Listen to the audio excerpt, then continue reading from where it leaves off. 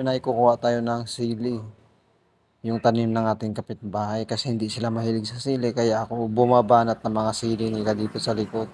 Dahan-dahan lang tayo guys, baka mapansin tayo na may-ari. Ang daming sili dito guys, talagang gusto-gusto ko no kumain ng sili. Mahilig kasi ako sa sili guys, kaya talagang kahit madilim, umuulan, kumukuha pa rin ako. Mag-ingat lang tayo guys kasi minsan may ahas dito. Ayan, may nakita na tayong bunga. Ayan, sobrang green, talagang mataba at saka healthy to. Kita nyo naman, organic yung nakuha nating sili. Nandito pala tayo malapit sa ilog. Ayan. At nakita nyo naman ang daming puno dito guys. Ako lang lagi nangunguha kasi ang may-ari hindi mahilig sa sili. Dito sa unahan.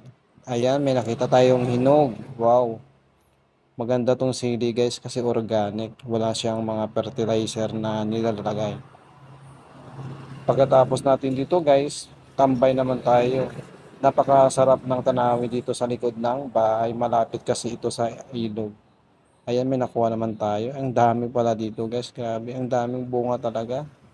San ka pa? Libre ng sili. Libre pa malunggay. Ayan. Actually guys, next vlog ko, isasama ko na yung malunggay. Ngayon sili muna.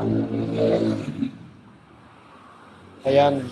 Ito talagang pumayat yung puno ng sili dahil nga hindi siya nalagaan. Yung iba kasi matanda na kaya yun. Kita nyo naman na nasa nasa lata siya nakatanim. Ayan, tinanim ng may-ari ito. Ayan. Sana walang ahas dito guys kasi minsan may dumadaan na ahas kaya mag-ingat tayo. Ayan. Ayan, may nakuha naman tayo. Ang dami ko nang nakuhang sili guys. Masarap to sa ano guys, sa mga sinigang. Ayan. Masarap to ihalo or sa mga adobo, paksiw. Ayan, napakasarap sa mga sawsawan guys. Alam niyo na ba? Ayan guys, napakaganda ng tanawin dito sa likod kahit madilim na makikita pa rin natin yung sunset at saka yung ilaw sa malayo.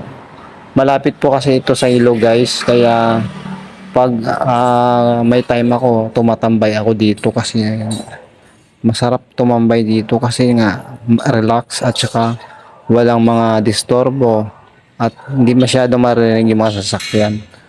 Nakikita nyo yung ilaw na yan guys, yan po yung Santa Rita Bridge. Ayan guys, huwag kalimutan mag-subscribe sa aking YouTube channel para sa updates.